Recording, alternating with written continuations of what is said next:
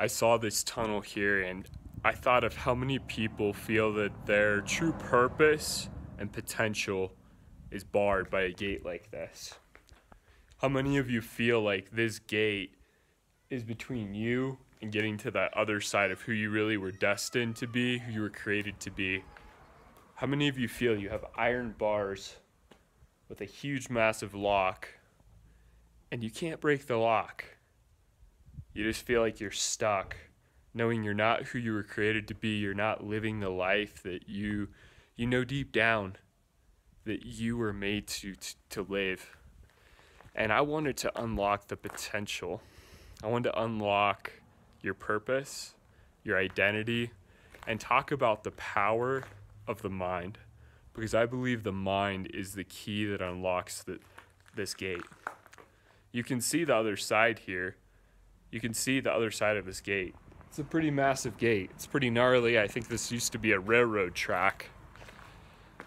But the key to unlocking our potential is a matter of mindset. And I believe it starts by who you are yielded to. Who is it that you are submitted to? Who is it that is your Lord, your master? People are like, Zach, don't get religious on me.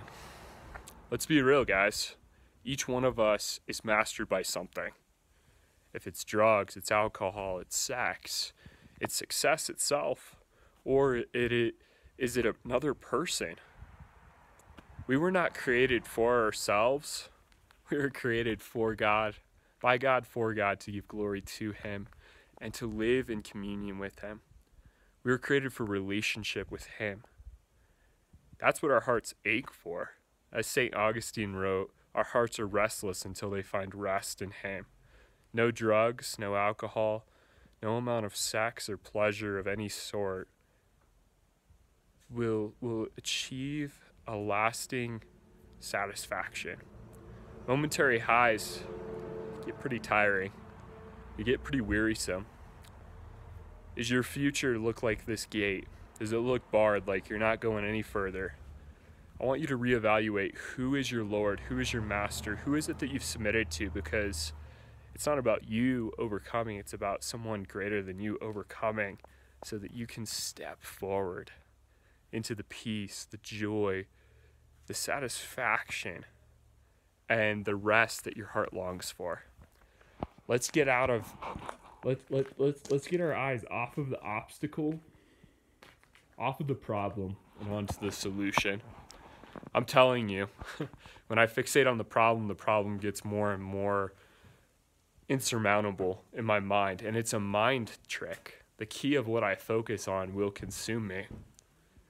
If I fixate on something, it will become either what bars me or what fuels me forward. So the power of the mind and the power of who it is I serve, who it is my Lord, because my Lord is Jesus. I don't know who yours is. I don't know if it's a substance, another person, or the God of this age, an idol of some sort. But I'm telling you, He breaks the bars of iron. This is nothing for Him. He plows right through. He can walk right through it. He walked through walls. Jesus is far greater than anything that I could face in this life. And we were all created to live in this, guys. We were all created to live in this kind of confidence, this kind of clarity, and this kind of clear purpose. We were created for Him. And when He asks us to lose our life, that we might find it, we weren't ever created for ourselves, so we're giving up something we weren't even created for. We were created for Him. So the key to overcoming, the key to unlocking our potential is first, who am I submitted to? Who's my Lord? Because if He is greater than the obstacles, I have nothing to be afraid of. He's greater. And the second key is what I fixate my mind on. That key unlocks. If I fixate on the solution, I work through things. I'm not stoppable. Instead of I'm stopped at everything, the mindset becomes try and stop me. I know I'm talking kind of big picture here, but friends, the key of our mindset, As I've submitted to Jesus as my Lord, he's renewed my mind, and he commands me to renew my mind, to not be conformed to the patterns of this world, which are slavery, but be transformed by the renewing of my mind, the renewing of my mindset. He tells me to fix my thoughts on whatever's pure, lovely, admirable, praiseworthy. If anything is excellent, think on such things. I'll never forget Pastor Chip Ingram said that I am the product of my thought life. That riveted me in high school, and it still is something I think about. What is it that I'm thinking about? What is it that my mind is fixed upon? My mind's fixed on my King and on my Lord, and he is eternally victorious. Therefore, I'm going to walk through life committed to what I confess in victory. Even when crazy obstacles come, difficulties, trials, tests, it's all forging. It's just an opportunity to grow and experience his victory in a purer way, because I'm submitted to him. And because he's Lord of all creation, all authority in heaven and on earth is his. Potential is not in question. Purpose is clarified. Potential and purpose are big, friends. Don't miss out.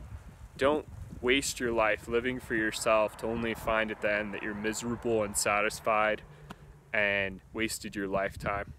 Don't be one of those people. Submit to Jesus.